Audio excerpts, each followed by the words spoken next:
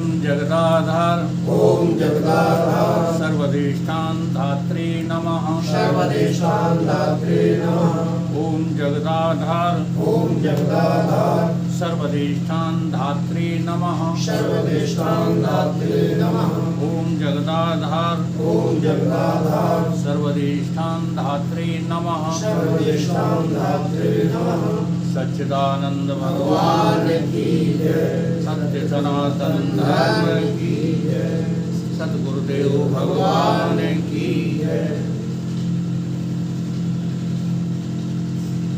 दृढ़ दृश्य विवेक का अगला श्लोक है अंतःकरण वृत्तिश्च चित छाया ऐक्यम आगतः वासना कल्पित स्वप्ने बोधे अच्छे विषयान वही अंतःकरण वृत्ति और चित छाया की एकता। जो अंतःकरण की वृत्ति में चेतन की छाया, ये दोनों जब एक हो जाते हैं। अब क्या है ये चित छाया? चेतन की छाया और अंतःकरण की वृत्ति।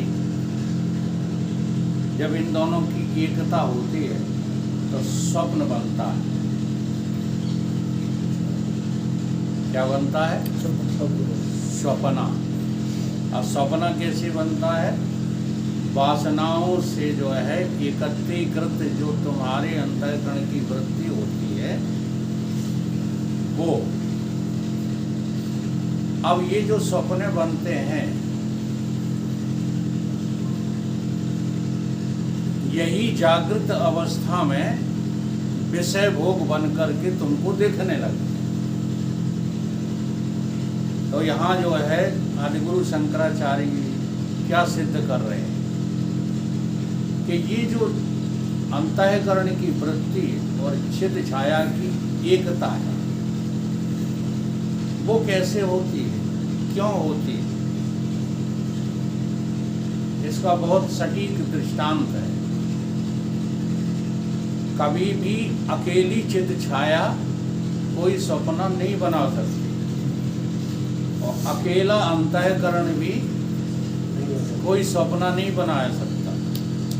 उदाहरण इसका बहुत सटीक है सिनेमा। किसी ने जो है सिनेमा देखा हो तो उस सिनेमा के पर्दे पर चलचित्र कैसे आ जाते हैं? रील चलती है और रील में जो चित्र लिए जाते हैं, बनाए जाते हैं पहले से, उन पर एक फोकस पड़ता है, प्रकाश पड़ता है। उस फोकस और रील की जो एकता है उसी से पर्दे पर चलचित्र प्रक्षेपित हो जाते हैं और देखने लगते हैं। ठीक है। अब इनमें से अगर रील अकेली चलाई जाए तब भी जो है पर्दे पर चित्र नहीं आएगा और अकेला फोकस डाला जाए तब भी नहीं आएगा। ठीक इसी प्रकार से पर्दा तो जो है ये संसार ही है, पर्दा और कुछ थोड़ी है। अब पर्दा ना हो, ये इनकी नई टेक्निक जो है। अच्छा, पर्दा है कि पर्दा तुमने बनाया है? विचार नहीं करते हो। ये संसार रूपी पर्दा तुम्ही ने बना के खड़ा कर दिया है, कोई पर्दा नहीं है। हमें विचार इसमें ये करना है, अपनी जांच क्या करना है, अंतःकरण की और चित छाया है। तो अकेली चित छाया, अकेली चित छाया कहाँ पर होती है? जहाँ चेतन होता है।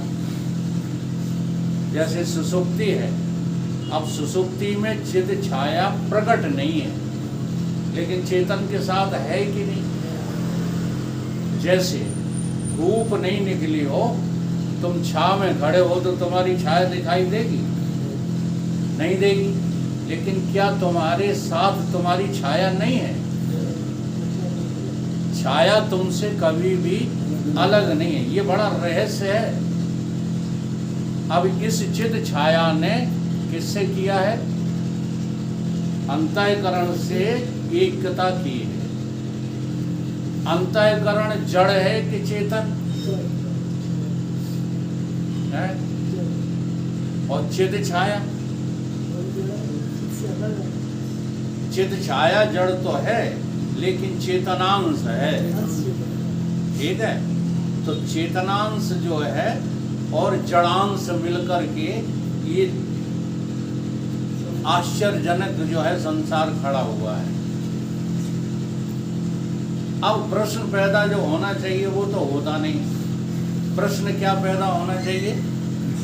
प्रश्न ये पैदा होना चाहिए कि जड़ अंतःकरण कहाँ से आ गया। चलो चिद छाया तो चेतन से, तो उसके लिए जड़ की और चेतन की परिभाषाएं समझना पड़ेगी।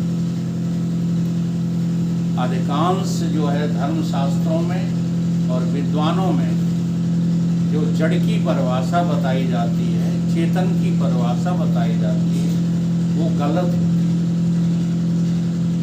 और इसलिए जो है वेदांती उस परिभाषा को तो जीवन में अपना लेते हैं, लेकिन वेदांत की परिभाषा वेदांती को खुद समझ में नहीं आती।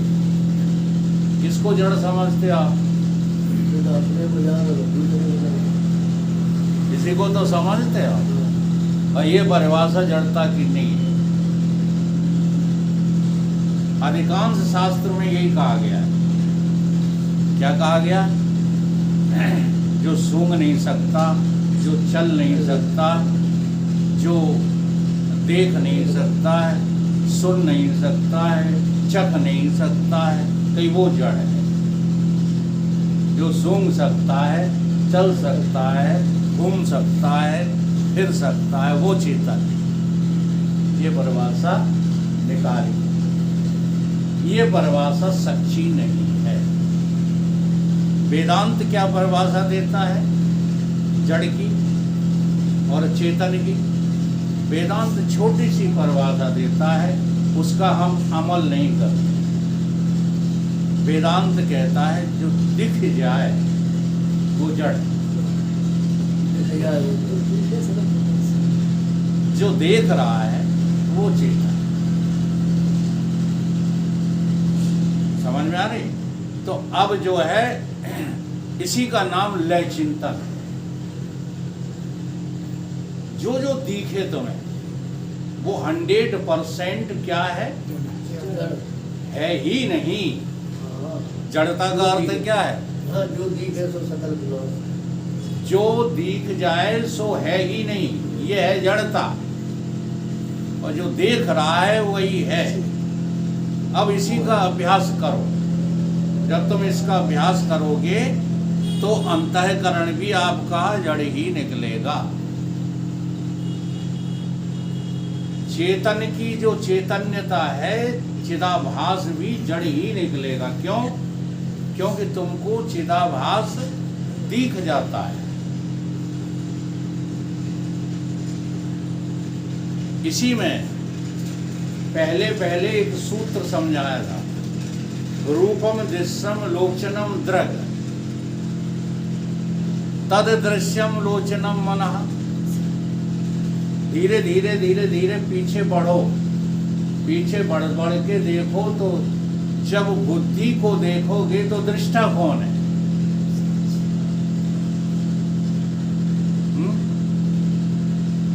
जैसे आपने विषय देखा, रूप देखा तो आंख दृष्टा, आंख देखी तो मन दृष्टा, और मन देखा तो बुद्धि दृष्टा। अब बुद्धि को जो है किससे देखा, वो दृष्टा कौन है? अब तुम कहोगे साक्षी, कहोगे ना? अच्छा, साक्षी भी तुम जो है साक्षी की अपेक्षा से हो। जब तुम साक्षी हो तो साक्षी कौन है? और साक्ष्य है तो आया कहां से साक्षी? तो साक्षी भी सत्य नहीं है। जैसे दृष्टा सत्य नहीं है, वैसे साक्षी भी सत्य नहीं है। अब ये सारी प्रक्रियाएं अज्ञानियों को समझाने के लिए हमारे ऋषि मुनियों ने, आचार्यों ने आपके समक्ष जो है उद्गृत की हैं, परंतु हम इनको रटते रहते हैं, अनुभव नहीं करते। साक्षी का अनुभव करो तो कैसे करोगे? अगर तुम साक्षी हो, साक्षी की उपाधि आपकी है, तो कोई साक्ष्य होना चाहिए कि नहीं?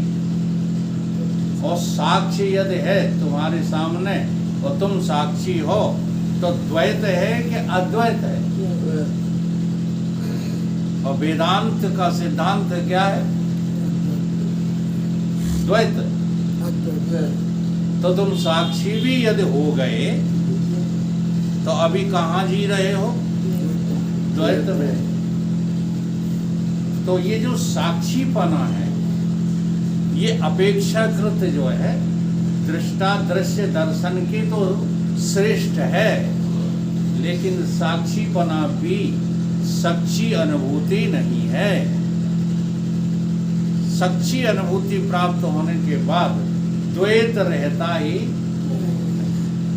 अब चलो हम लौट करके फिर वहीं आ जाए जहां से जो है प्रारंभ हो गए थे। अपन बात को कहना, अंतःकरण की वृत्ति और चिदाभास, चिद छाया की एकता हुई, और इसकी एकता के फलस्वरूप जो है स्वप्न खड़ा हुआ, और स्वप्न जब खड़ा हुआ तो वही स्वप्न इंद्रियों के दरवाजे खुलने पर जागृत बन जाता है, और जागृत में उन विषयों को फिर हम ही तो देख रहे हैं, कोई और देख रहा है। तो ये जो विषय आए हैं, ये कहाँ से आए हैं? हम ही से आए हैं कि किसी ने बना कर दिए हैं तुम्हें? हमको क्या लगता है कि जब हमारी इंद्रियां खुली, जब हमारी आंख खुली, तब हमें संसार पहले से बना मिला, है ना? ईश्वर ने संसार को पहले से बना करके रखा है। देखो, ये भी एक जो है अनुभूति है, लेकिन ये अनुभूति कब तक है? जब तक तुम वास्तविकता को समझना नहीं चाह रहे। जैसे कोई पूछे कि ये संसार पूरा किसने बनाया, तो आपको कहना पड़ेगा ईश्वर ने बनाया है, और किसने बनाया है। लेकिन अब जब ये प्रश्न खड़ा हो जाता है कि ईश्वर को किसने बनाया, तब बड़ा गड़बड़ हो जाती है। तो जहां से ईश्वर पैदा हुआ है, उपजे जासु अंशतः नाना, जहां से ईश्वर पैदा हुआ है वहीं से तुम पैदा हुए हैं, यानी जीव। जीव कहीं और से थोड़ी आया है, कहीं और से आया है। परंतु हमको फिर ये सिखाया जाता है कि जीव को ईश्वर ने बनाया। जीव को किसने बनाया? ईश्वर ने बनाया। तो ऐसी बात नहीं है। अब देखो, उसी दृष्टांत पर फिर आओ। सिनेमा वाले रील कैसे बनी? रील बनाने की प्रक्रिया क्या थी? प्रोजेक्टर जो होता, प्रोजेक्टर, उसने कोई जादू से थोड़ी रील को बना दिया है। शूटिंग करते हैं, शूटिंग। हाँ, पहले शूटिंग चलती है, और उस शूटिंग से वो कैमरे के द्वारा वो फिल्म रील बनाई जाती है ना? ऐसे ही ये जागृत अवस्था तुम्हारी शूटिंग है। अनादि काल से तुम शूटिंग में लगे पड़े हो, और ये सारी शूटिंग समेट करके तुमने अपने अंतःकरण पर जमा के रख ली। ये सारी वासनाएं बन गई हैं।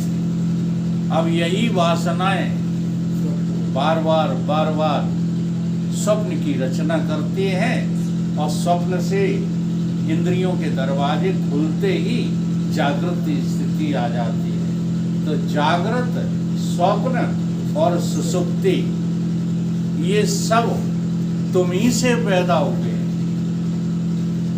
कहीं और से नहीं आए। ये अनुभूति करने के लिए ये सूत्र बनाया गया है। तो इस अनुभूति में बोधवान से ही सब कुछ पैदा होता है, और जो अबोध हैं उन्हें लगता है कि किसी अन्य जो है सत्ता ने ये सब पैदा किया है। तो उनको समझाने के लिए फिर संसार का उपादान कारण अज्ञान बताया गया है। किसका अज्ञान? किसका अज्ञान है? मेरा अपना अज्ञान। जी हाँ। अब तुम्हें अपना ज्ञान प्राप्त करना है कि संसार चलाना है? तुम जो मनुष्य बने हो, तुमको जो बुद्धि मिली है वो अपना अज्ञान मिटाने के लिए मिली है कि परिवार चलाने के लिए मिली है, संसार चलाने के लिए मिली है? यह है वेदांत का सिद्धांत। परंतु हम वेदांत का सिद्धांत पकड़ते नहीं हैं, वेदांत को रटते रहते हैं। तो मनुष्य का जीवन तभी सफल होगा जब वेदांत के सिद्धांत को आप स्वीकार करोगे। अभी तो हमें स्वीकार ही नहीं है। ये वैराग न होना, देखो सन्यास लेकर के तुम वैरागी हो जाओगे, ये कतई जो है संभव नहीं है। बाहिर सन्यास किसको कहते हैं? चोटी काटने को, जनेऊ काटने को। जनेऊ काटने का मतलब अभी हम बता ही चुके हैं क्या है। जनेऊ काटने का मतलब क्या है? मैं ब्राह्मण नहीं हूँ, मैं क्षत्रिय नहीं हूँ, मैं वैश्य नहीं हूँ। चोटी काटने का मतलब क्या है? मैं शूद्र भी नहीं हूँ। ठीक है। अब ये चारों जब हम नहीं हैं, आदिगुरु शंकराचार्य कहते हैं ना हम ब्राह्मण, न क्षत्रिय, वैश्य, न शूद्र कहते हैं कि नहीं? फिर साथ में ये भी कहते हैं कि ना हम मनुष्य। इन चारों के न होने पर हम कौन मनुष्य भी नहीं है। अब जब ये कह दिया ना हम मनुष्य, तो अब बचा कौन है? अच्छा, इस दृष्टि से कहा शंकराचार्य ने कि तुम पशु हो। अरे भाई, पशुता तो भगवान ने तुम्हारी छीन ली। जी हाँ, वरना बड़े भाग्य तुमको कहा ही नहीं जाता। आहार निद्रा भय मैथुनम च एतत् समाना पशुभिः नराणाम्। अगर अभी भी तुम जो है ऋषियों के, मुनियों के ये कहने पर कि तुम मनुष्य नहीं हो, अपने को पशु बनाने को तैयार हो, तो तुम्हारा जीवन तो बर्बाद हो गया। पशुता तो तुम्हारी ईश्वर ने छीन ली। अब आदिगुरु शंकराचार्य जैसे ऋषि मुनि, हमारे सतगुरुदेव हमसे क्या छीनना चाहते हैं? ये ब्राह्मणपना, क्षत्रियपना, वैश्यपना, शूद्रपना, देहपना छीनना चाहते हैं। तो अब हम देह नहीं हैं। अब जब हम देह नहीं हैं तो अब कोई तो है। हमको अभी लगता है कि हम, जैसे हमको कहा गया कि तुम देह नहीं हो, तो अब देह नहीं है तो देह में रहने वाले तो हैं। अब देह में रहने वाला है वो कौन है? वो है जीव। उसी का नाम क्या है? जीव।